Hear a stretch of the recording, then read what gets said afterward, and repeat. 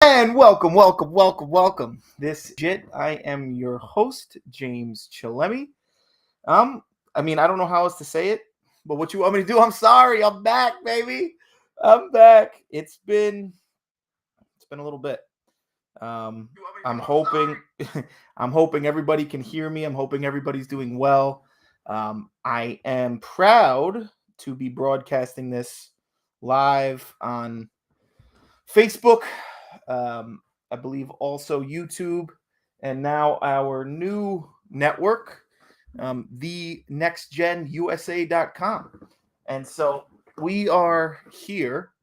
It's been a little bit of a road. I do want to kind of give everybody a backdrop, for those who do not know me. Obviously, there's some people who have never seen my face before.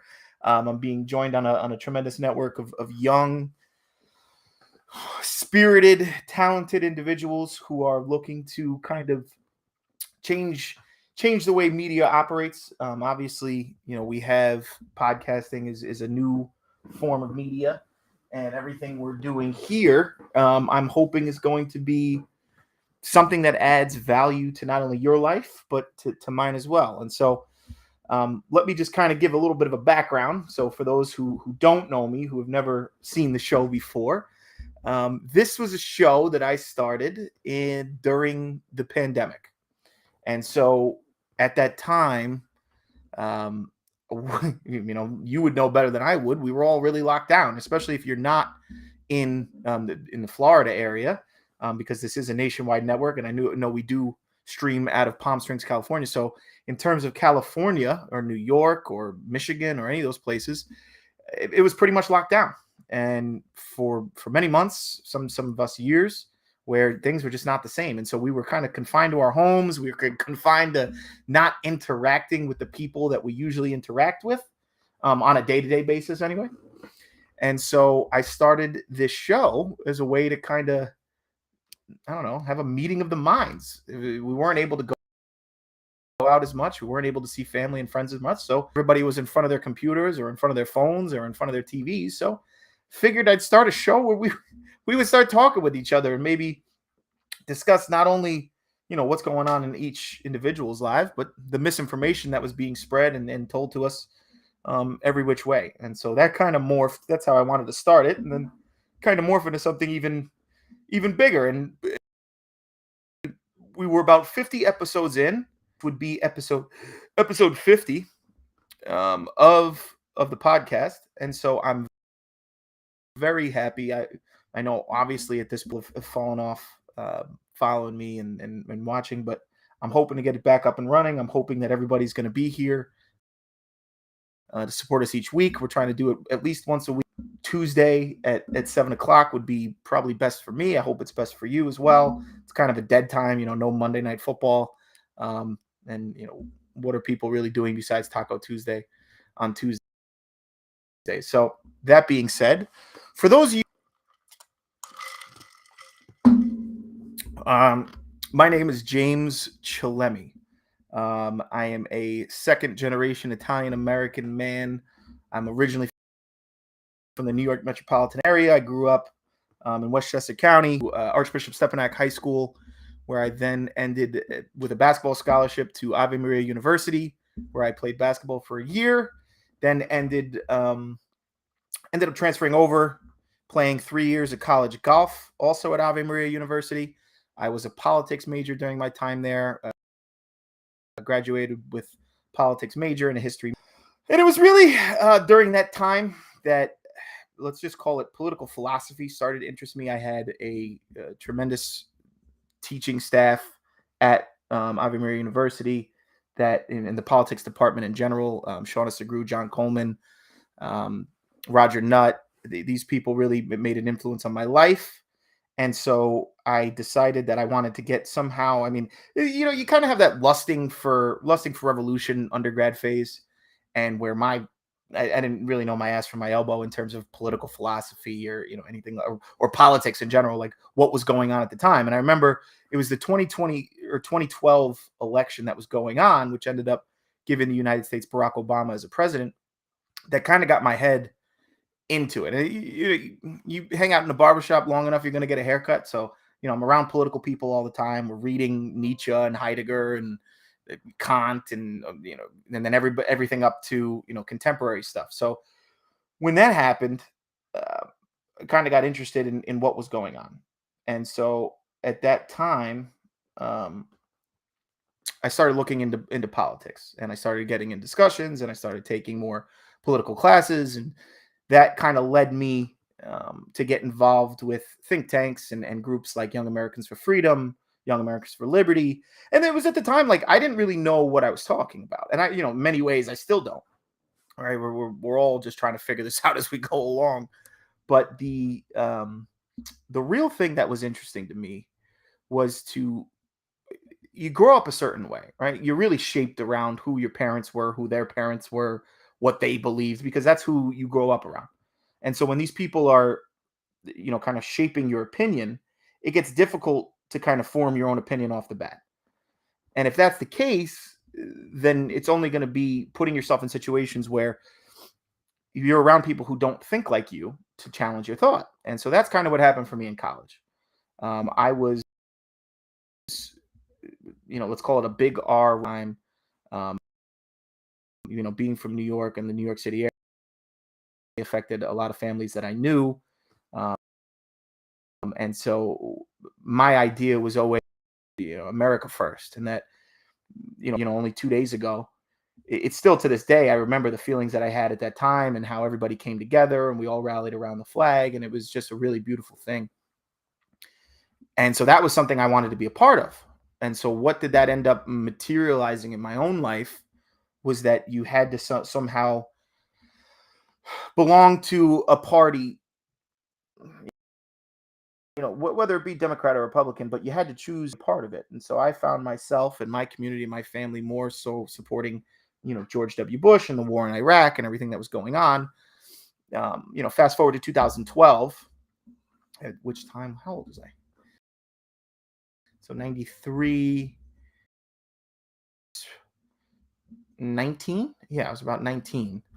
And, Mitt Romney's running against Barack Obama. And all I know is Mitt Romney's he is a big R next to his name. He's a Republican. Obviously, I support him, right? He supports the troops. He supports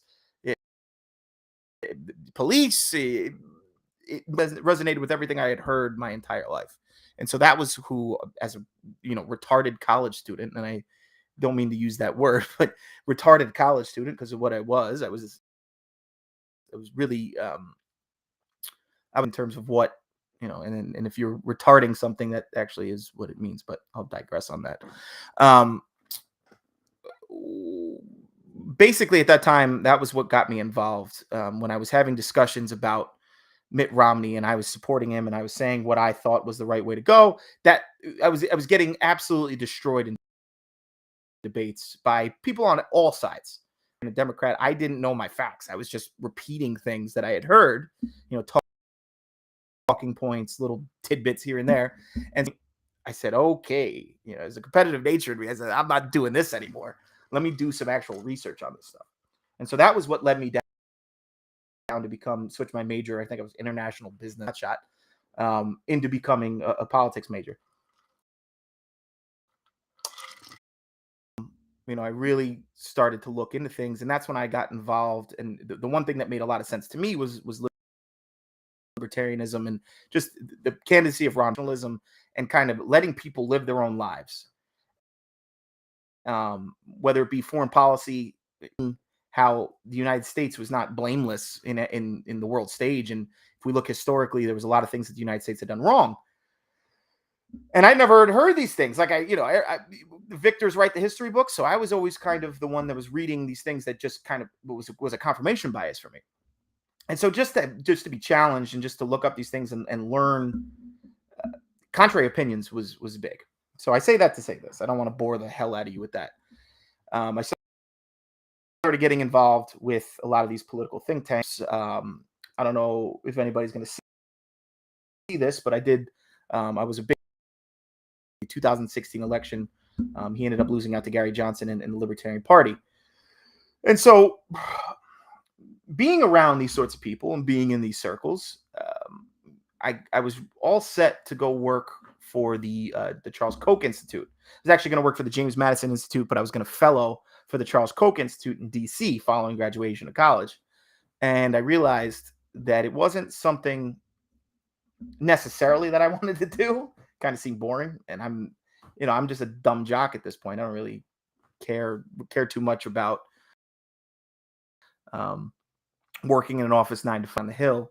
I'd rather be more grassroots. And so luckily, my college has a law school, and my mother, being the woman that she is, I don't know, she's probably not watching this at this time, but she is. My mother was the one who said, you at least have to try. I mean, you'd make a great lawyer. Growing up, my family was always My Cousin Vinny, right? That was always the movie that we were always like, oh yeah, that's what being lawyers like. To this day, that is the only movie that we all quote all the time when it comes to anything legal. I could literally say I could come home with, a murder trial, and somebody in my family would be like, oh, the two Utes, right? It's just, that's the way we are.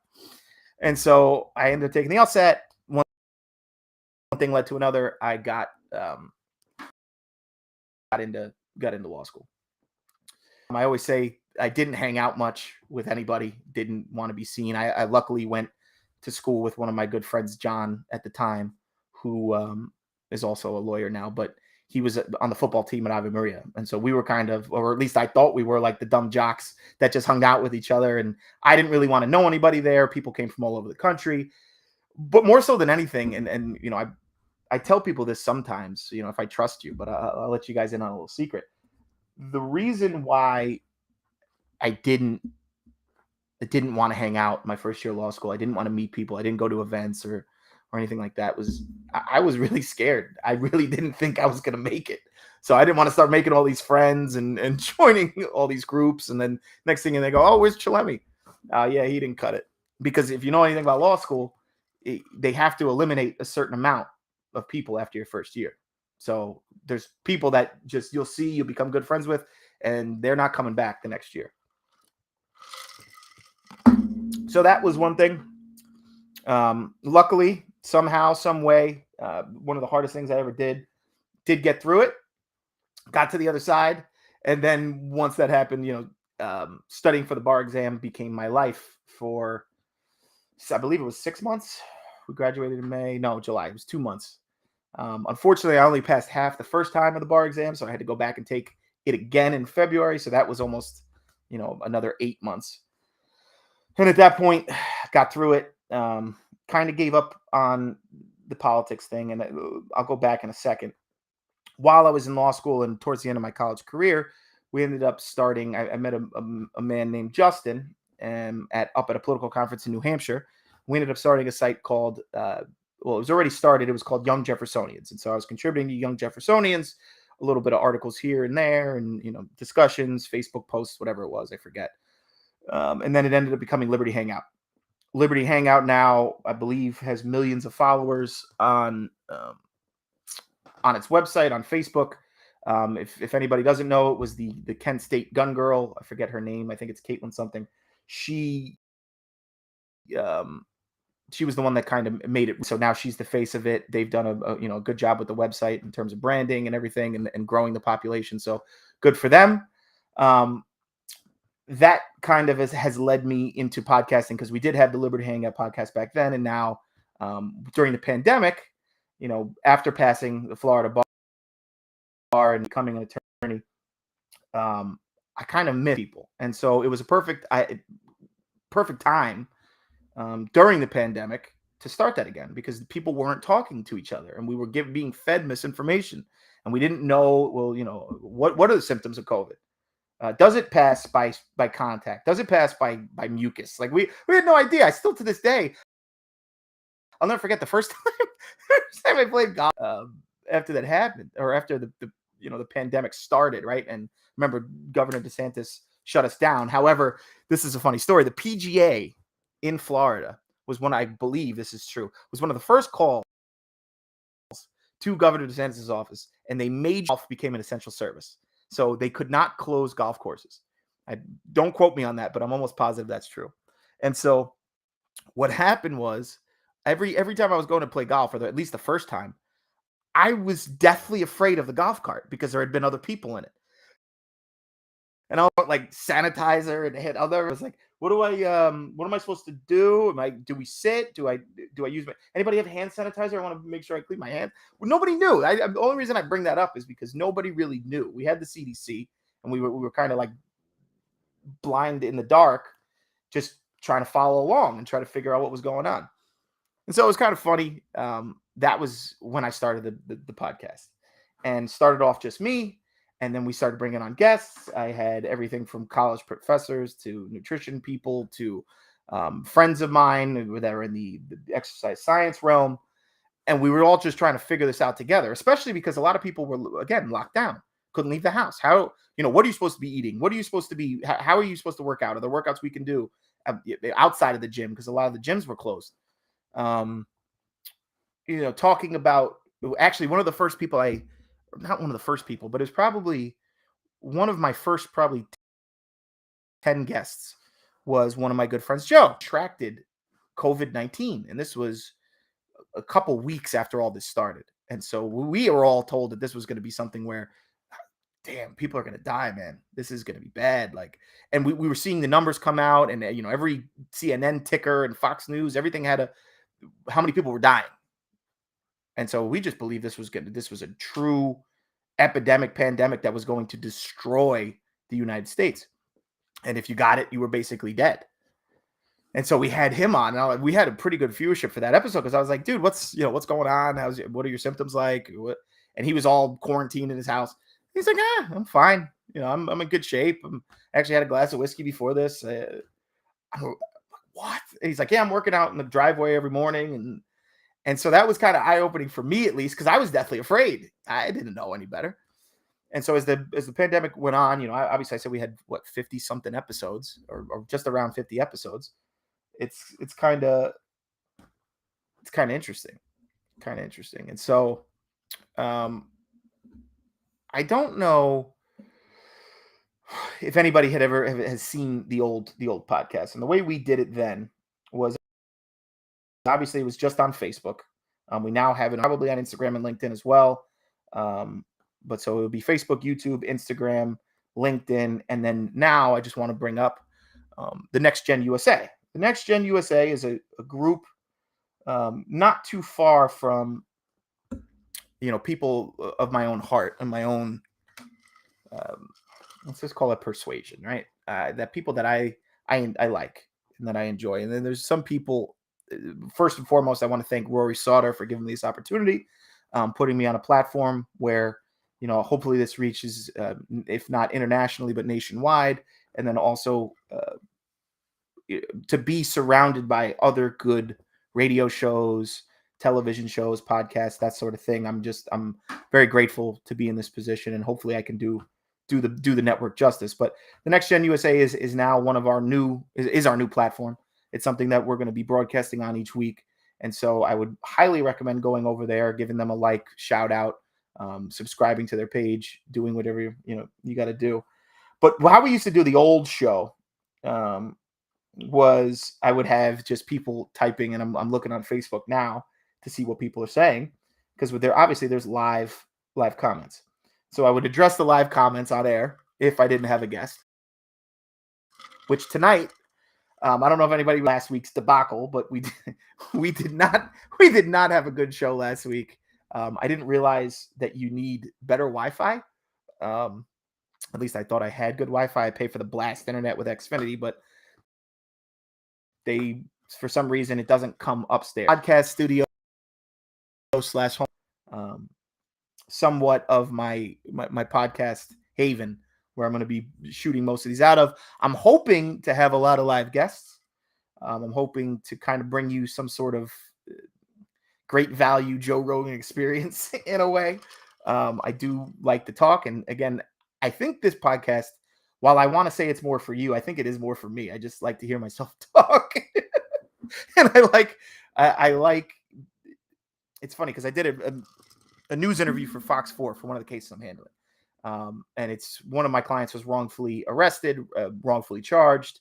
And so after the state had dropped all charges and the sheriff's department realized that they had messed up, we went and filed a lawsuit against them. And so Fox 4 picked up on the lawsuit, and I did an interview. And I'll never forget being really, really nervous going into this interview. It was in the kid's house. They put me up on a stool. They had cameras and lights and whatever.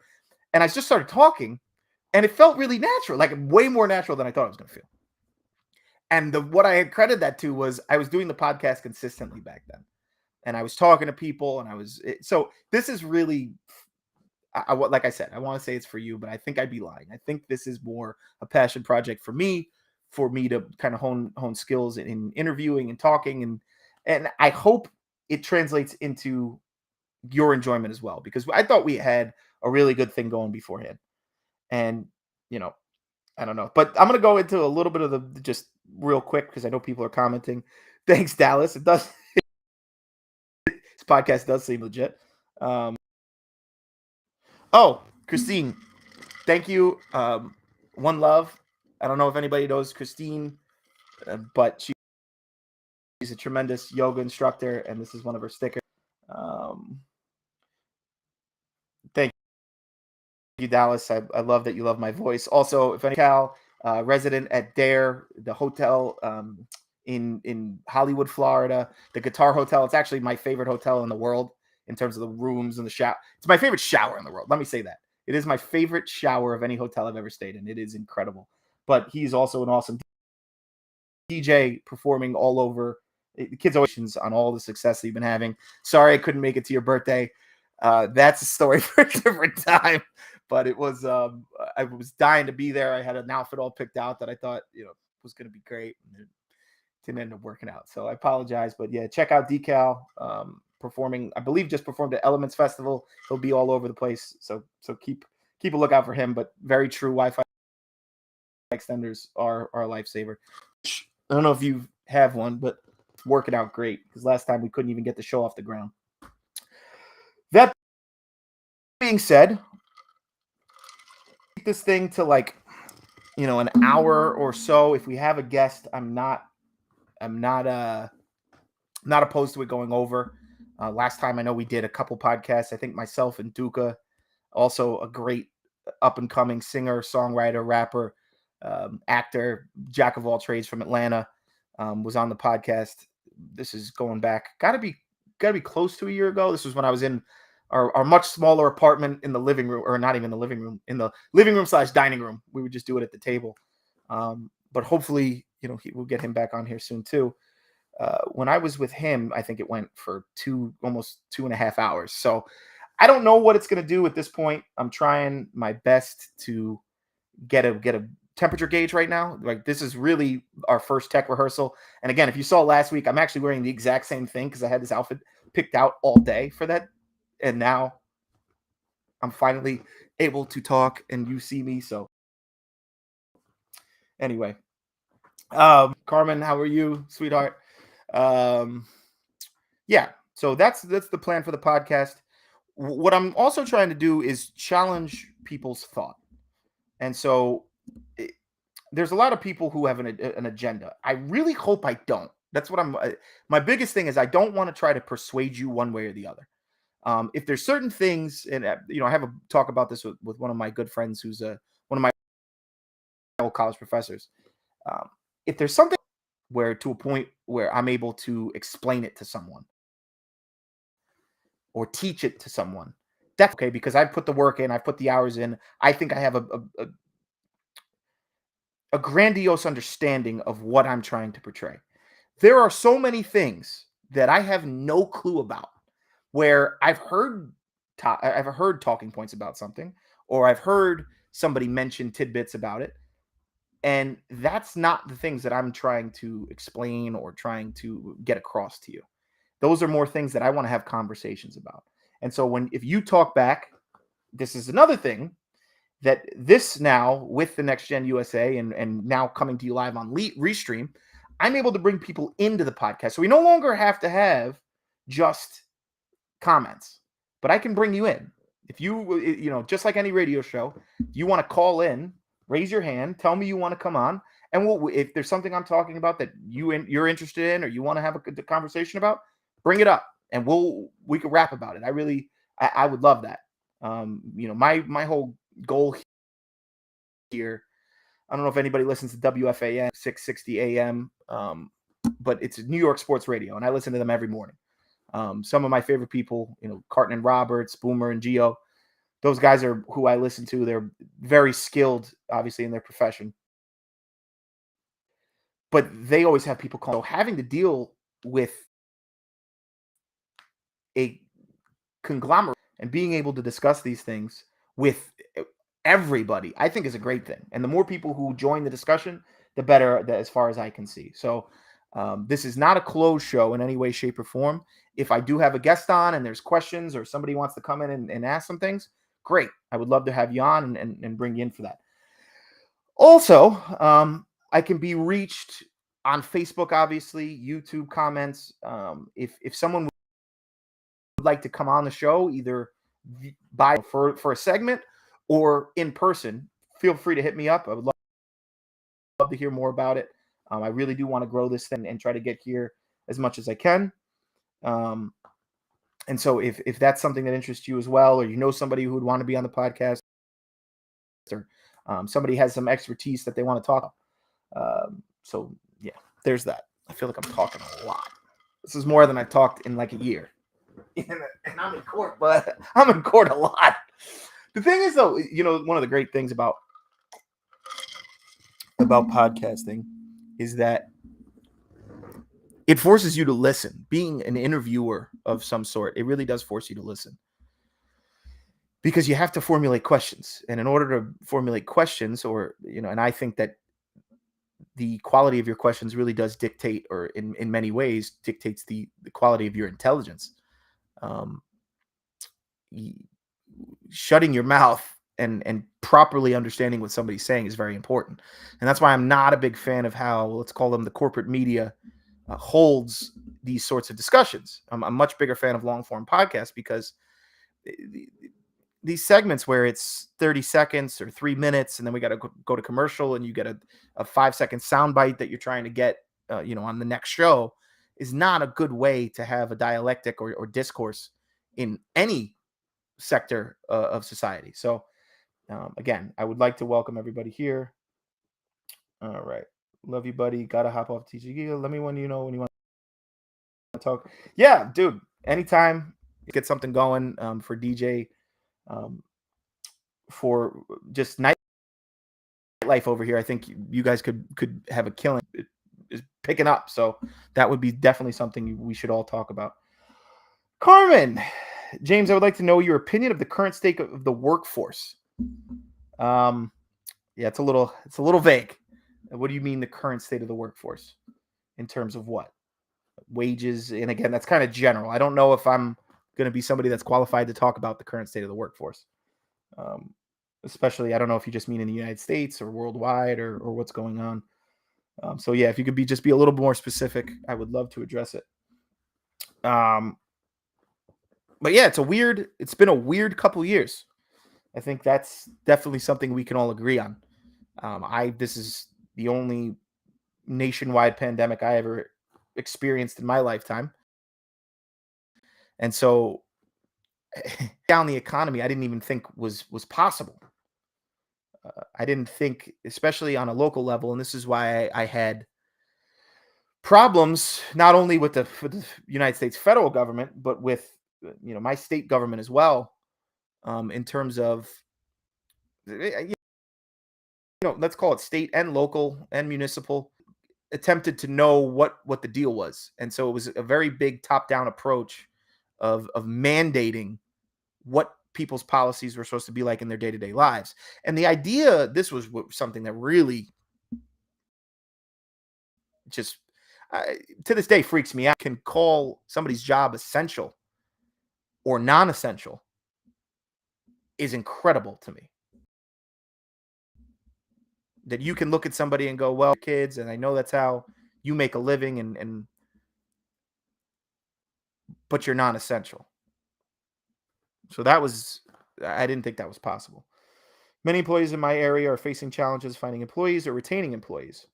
Yeah, I've heard this in many sectors of the economy, that people are having trouble finding employees, retaining employees. It seems to me that companies, big corporate or corporations, are not having as much trouble, which is interesting. Um, if you see the Amazons and you see these sorts of companies, it seems that they're operating. Maybe they're taking a hit financially in the stock market or in markets in general, worldwide, for a multitude of reasons. But it seems to me that they seem to be retaining employees better, and I don't know the reason for that. Um, what you can kind of point to is in basic economics would be supply and demand, and if people are or people have were getting um, SBA loans and PPP loans. I got a PPP loan, um, and I know many people who did, and that either got them out of. A lot of people stopped working as much. Let's call it that first. Second, a lot of people were achieving or were receiving government assistance in many ways. Now, how that translates into the coming back up and people not going back to work, I'm a little confused about. The labor shortages that we do see economy wide are sort of an anomaly to me, and that's just because I don't have that much of an understanding about it. And so, if you have an opinion on it, I'd love to hear. If anybody does have an opinion on why the workforce is not picking up as much as it was, I would love to hear it. But at this point, I don't really have an answer for that. Yeah, I'm not too sure. I mean, my best guess is that when people need to work, they work. And so where are people getting the ability to live? Where are people getting the ability to put clothes on their back and roofs over their head and pay rent and electricity? And where are people getting that ability to do that?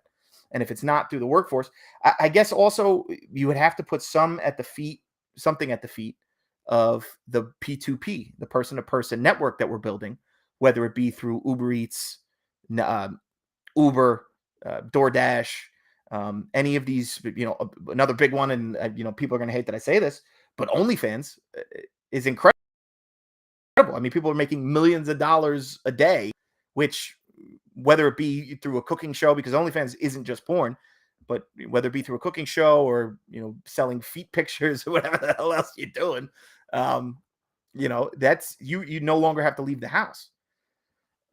And then, with P2P, whether it be Uber or whatever, you're able to make your own schedule, be your own boss. I think it's easier than ever to be an entrepreneur now, right? I would have never, if you look back, let's say 30, 40, even 20 years ago, me having my own radio show, I would have had to gone to a network. I would have had to have joined a radio station. I would have had to got picked up by a talent agent. I couldn't do it myself. Now it cost me, $50 for the microphone. I think this stand was $20. My laptop was a couple $100 and $50, and put it together. We go on Restream and it broadcasts to YouTube that's free, Facebook that's free. I mean, for a couple $100, if that, I'm running a nationwide international radio show. And so that's tough, man. Like, there's a major portion, especially if we believe that technology is continuing to exponentially increase, right? So if we look back from 2000 to 2020, the technology difference, and then you look at 2000 to 1980, the technology difference, and 1980 to 1960, the technology difference. I mean, if you look at 1960 to 2022, it's like we're living on a different planet. And so if that's the case, it's getting easier and easier to be your own boss and to get to if you will, of making money and being successful. It's easier now. I'm not saying it's easy. It's easier now than it was then. Um, just curious to know if this could be a generational difference where younger adults are becoming more creative and less into my generation where we worked for the same company until retirement. That's a great point. I think that's exactly what it is. If I had to guess, again, not an expert on this, but I would definitely say, like I said before, if we're looking at the generational difference, just look at the media, for example, right? So it used to be, if you wanted to get your news, there were a few shows on at night that you had to turn your TV on, pay for your cable subscription, turn on, and they would be there. You would get your favorite show for an hour, you would get your favorite TV host for an hour, and they would give you the news based upon their opinion and their persuasion and then what they wanted to cover. Now, the proliferation of media, I mean, I can go on YouTube and follow 18 million different people talking about the same thing. And they're all doing it from their basement. It's funny watching, like, during the pandemic, right? So SportsCenter, I'm actually watching SportsCenter right now. And watching SportsCenter, it used to be everybody had to be in the studio. They would bring in the guests. They would all be wearing suits. They would all be on a professional set with professional lighting, professional equipment, all that. Now, these guys were doing Zoom from their, you'd see like their kids run across the background in a polo shirt or in a t-shirt, or, you know, some people had do-rags on. Like, it was like, okay, well, this is getting more and more informal, but I think the informality of it is coming from and stemming from the mass amount available to us. And so with the supply of media drives down the demand. But at that same time, if we believe in the Pareto distribution, which states that 20% of the population is going to get 80% of the, I don't want to say finances, but 20% of the population is going to bottleneck 80% of goods, services, finances. Those are going to be, it's just the way things shake out, right? You only wear, for a perfect example, you only wear 80 or 20% wardrobe 80% of the time, and the opposite is true. So if that's the case, then we're going to see people rise to the top. And in these areas, I think now it's become easy and easier to experience success or experience what people decades ago only dreamed was possible. If you want to, you know, instead of working 9 to 5 for the same company, now you can, you know, run a YouTube channel, or you can, I mean, let's call it, for example, right? Let's say you worked at a hardware 9 to 5 at a hardware store making minimum wage. Instead of that, now you're able to do Uber or Uber Eats, or you know, any of the person-to-person networking events that are available to us. And so if that's the case, I think it's a good thing. That's kind of where I was going with that. But there are so many generational differences, and I can't harp on that enough, about the generational differences that are occurring and that are going to continue to occur, whether it be my generation or people coming before me or after me. It's funny because I do sound like the old senior citizen in the room many times when I'm meeting, you know, young kids, where it sounds like right over my head. A lot of the things they talk about, I have no clue about. There's the way that these people are able to code, and they're able to hack, and they're able to use these different platforms to, it just incredible to me. It's incredible to me. And so now that we have, with the advent of TikTok and, you know, all these different social media platforms, for one, it's going to be interesting to see where the future goes. And, you know, that's another thing. So in terms of news or media, or what we're kind of getting, it's kind of funny that our attention spans seem to be dwindling, and that the quickness in which media needs to be gathered, internalized, inculcated in the population is becoming shorter and shorter. And so now we have, obviously TikTok was what kicked it off, but everybody's kind of become TikTok now, because when you're on Instagram, they have Instagram like short videos. Facebook has these, you know, reels, or excuse me, Instagram has the reels, Facebook has these short videos, and then YouTube has YouTube shorts, which are basically just TikTok videos. They're like 10 to 30 seconds long, and they're interview clips, and they're podcast episode clips, and their nutrition advice, how to make a sandwich, you know, and it's like 10 seconds long, and you can just sometimes just get stuck. You just scrolling, and then it's like, all right, 10 seconds over, next one. And you never get bored. And so it's going to be a gift and a curse. The Social Dilemma is a great documentary on Netflix about how social media is affecting us, and how media, just the new generational media, because not just, there's many things that are not social at all, where people are just kind of into themselves. I think it's going to be real interesting. And so I'm really glad that we're able, you know, we're 45 minutes in at this point. Haven't bored anyone to know, which is a good thing. And again, this was just supposed to be like a tech rehearsal of sorts. We will be getting into guests. We will be getting into segments, kind of following the path of the old show and bringing it now to the new network. And if you're just joining us, we are live on YouTube, Facebook, LinkedIn, and the nextgenusa.com. I'm looking forward to kind of bringing you guys a whole gang of episodes with a whole host of different topics. And so I don't want you to think this is just going to be a politics show or me sitting in front of a TV talking us, and kind of the harp on that point. What were the Denver Broncos thinking last night? If anybody watched the Monday Night Football game, not kicking that field goal from 60, done I think twice in the last 50 years, instead of giving it to your $200 million quarterback to try to get on a 4th and 4, 4th and 5, whatever it was. What happened? What happened?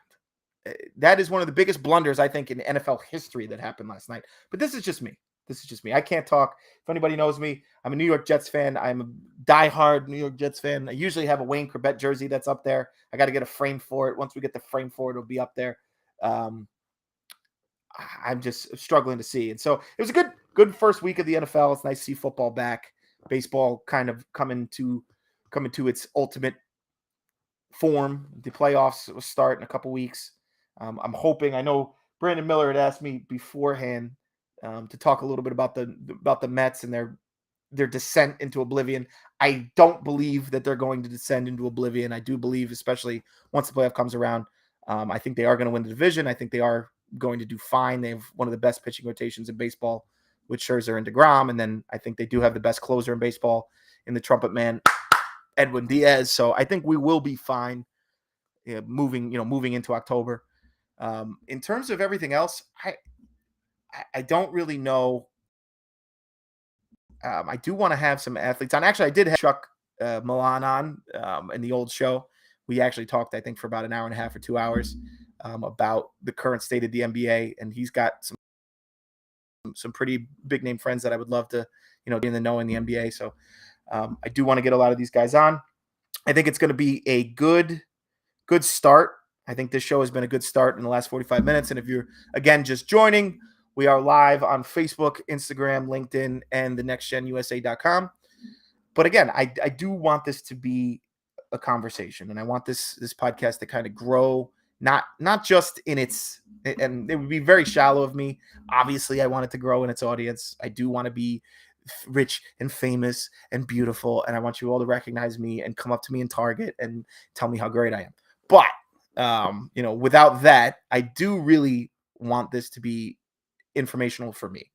I do want to have people on. I do want to challenge ideas. I do want you guys to be interactive. And like I said, again, if you're just welcome to raise your hand, tell me you want to be on the show, whether it be for a segment or, just to ask a question. You are able to be brought in based on Restream and what we're doing here. So you guys on if there's something you would like to talk about, whether it be, again, like I said, for a whole show or just a quick segment, whatever we're talking about. That said, I think this has been a much more productive show than the last one. The tech is working a lot better. I think the studio looks a lot better than it did the last time I was trying to get this on. I'm seeing that people are starting to kind of funnel in here. It was not. It's going to take a little bit to get the viewership back up, and I have no problem doing that. I'm going to try to have a guest on next week, hopefully in studio, so that we can sit here and discuss the same sorts of topics. If there's anything you guys would like to see, or anybody you would like to see me have on, please feel free to reach out. Facebook, YouTube comments, LinkedIn. You can find me. The last part, actually, I haven't even talked about this yet. I went through my whole kind of background, and I didn't talk about this part. I am currently a small business owner and member of the Florida Bar in good standing. I do own a law firm. It's called Coliseum Council. The whole point of that was it was my partner Vito Ropo and I. We were supposed to be, from our Italian heritage, gladiators in the ancient Coliseum. And so we named the law firm Coliseum Council. and our tagline is "We Fight for You." And so we do have the folks, I believe it was at Pixar, that created a short cartoon version to start our videos and on the website and everything. That it has Vito and I in the Coliseum dressed as gladiators, but we're cartoons. And then it switches over into us wearing suits and carrying briefcases in the courtroom. And so we started this law firm. Actually, Vito has been my mentor for since I graduated college, and we started our law firm. We're practicing in several different areas. Vito's handling a lot of probate, guardianship. I'm handling a lot of civil tenant law, construction litigation, small claims. I have a case in the Middle District of Florida right now in federal court for a breach of the Fourth Amendment, and a breach, what they call a Monell claim, because the Lee County Sheriff's Department decided they wanted to institute policies where they weren't arresting people who were nonviolent offenders during COVID. We also have a criminal department. My buddy and colleague Dave Wilson is doing our criminal and DUI. He's doing a tremendous job with that as well. And so our website, aptly named, fightforme.com. If there's anything that you would like to talk about, or if you do have any legal issues, please feel free to contact me. My email address is james@fightforme.com. That said, I feel like you guys have maybe gotten to know me a little bit, especially if you didn't know me, because this is a very elementary boilerplate introduction. I'm hoping to get real deep and into the weeds here coming soon. And so for now, I'm going to leave it at this. I've had a great time kind of being here, introducing myself. I hope you guys are happy to see me back on screen in front of the microphone, because again, love to hear myself talk. And so hopefully the more that this show goes on, the more informational it's going to be, not only for me, but for you as well. And so for that, I thank you. Again, finally, Facebook, YouTube, Instagram, LinkedIn, thenextgenusa.com. I'll look forward to seeing you at 7 p.m. And this seems legit.